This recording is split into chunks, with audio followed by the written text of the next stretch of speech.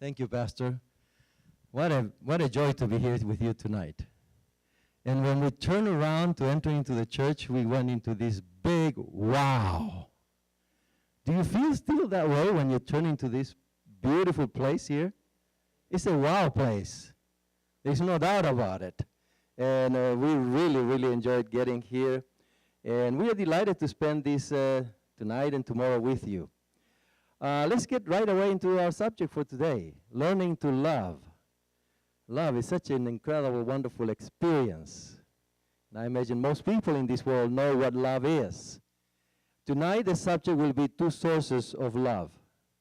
And as we go along, you'll be able to identify those two sources of love. It's very important for us to understand that. But let's begin with, in reality, to me, love has to do with something very special. For example, a child. Have you ever think, what does a father or a mother feel when they just hug that child for the first time? You know, those beautiful babies. So many, the emotions that we go through. And to think that God created each baby, each person, with the ability to love. Love is an emotional experience, it's physical, it's mental, affects our whole being. And just think for a moment how babies begin to relate to the world around them. The first few impressions, feelings, thoughts, emotions, everything. And you cannot but just picture love when you look at a baby like this. And just to think the wisdom of God, that from one cell a baby can develop. It's a miracle, truly a miracle. And we see all this beauty, and then we think of growing up and falling in love and getting married and enjoying the relationship. But the truth is that our sinful condition is very complex. And I'll take just a few moments to talk about the complexity of our sinful state. It doesn't have a shallow solution. There are so many things connected to our condition today. I'll mention a few of them. For example, the differences between men and women. We are so different. Men, since they are very young, they tend to live for conquering, for winning, for being the fastest, the strongest. Boys play that way. You look at a group of boys and they are always playing football, they're playing wrestling, they challenge each other. You look at a group of little girls and what are they playing? Doll houses, talking, visiting, creating a nest. Since they're very young, that's the nature of women. And just listen to the boys when they are playing. Are they talking like little girls talk? They don't talk. Boys usually make these noises. Beep, beep, beep, beep, boom, boom, boom, boom, boom. They are not geared to communicate, to share, to understand each other, to develop that bonding. We are different. And of course, men grow up. And when a man comes to the age when he wants to get married, for him comes the time when he has to conquer somebody. And he looks the lady he likes the best. And I'm talking mostly in the Christian setting because the world is quite a bit different to what we are going to share now. And the man sees a woman that he likes, and then immediately he says, I need to conquer her. And he begins doing things that he had never done in his life before. He listens to her, holds her hand, is patient. There are things that he probably never did before. He probably will not do it after he gets married, but at that time he's doing it. And when a woman is treated that way, and he feels, you know, the center of that relay, what happened with a woman when she feels this, that she's taken care of this way? She usually falls in love. And the moment a woman falls in love, immediately she thinks of getting married. And for a woman, marriage is so precious. It's the beginning.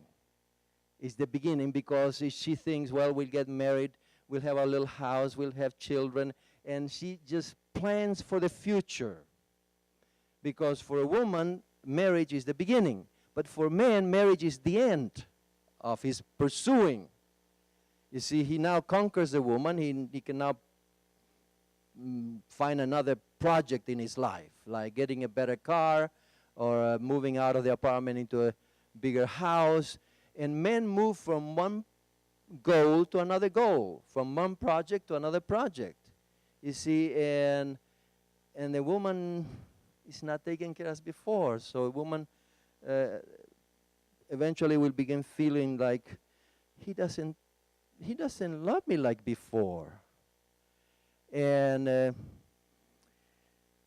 she'll be worried, and you know, men usually are, we are rather simple. A few things, we are satisfied. You see, for men, jobs are very important because job is their identity. If you have a good job as a man, you feel good. If you make money, you feel good. See, you work hard, you bring the money, you feel in control, great. The second thing for men usually is food. They like to eat. We like to eat. And if the woman cooks well, boy, you made it. And then there's one more thing that men like. And I imagine most men here know what I'm going to say. And women also know it. The next thing is sex. And if man has those three things, he's happy, he's contented. He turns over and goes snoring. And the woman says, is that all? Because for women, there needs to be much more than that. The communication, the understanding, the relationship is so much more. So,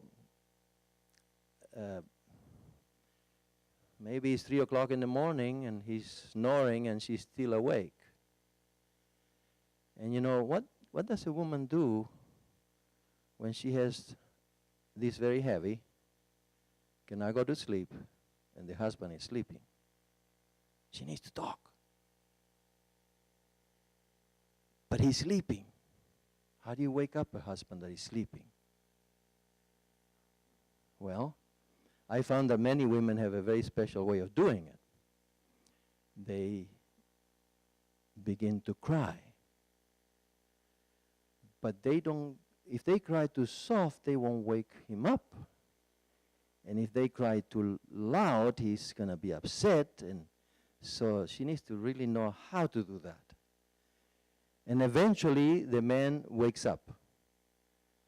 But he's sort of half asleep. So he turns over, and oh boy, he's thinking, she's going to keep me awake an hour, and I need to get up at 5 o'clock.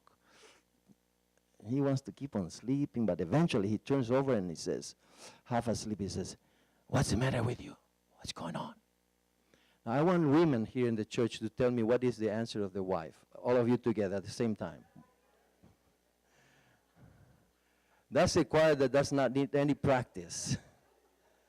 Everybody knows what women say. Now, the interesting thing is this. For women, nothing means many things. But for men, nothing means only one thing. Nothing.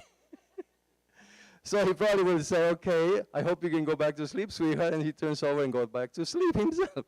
You know, it's a miracle when couples are together. Because there are so many differences that we need to deal with. And we are just different.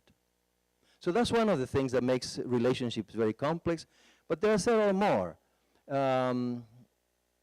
Well, this is the one I wanted to mention, the difference between men and women. When I had this one, Genesis 3:16, I'm not going to deal with it today. Probably I'll do that tomorrow. It's a passage that most people don't understand what it means. Tomorrow we'll try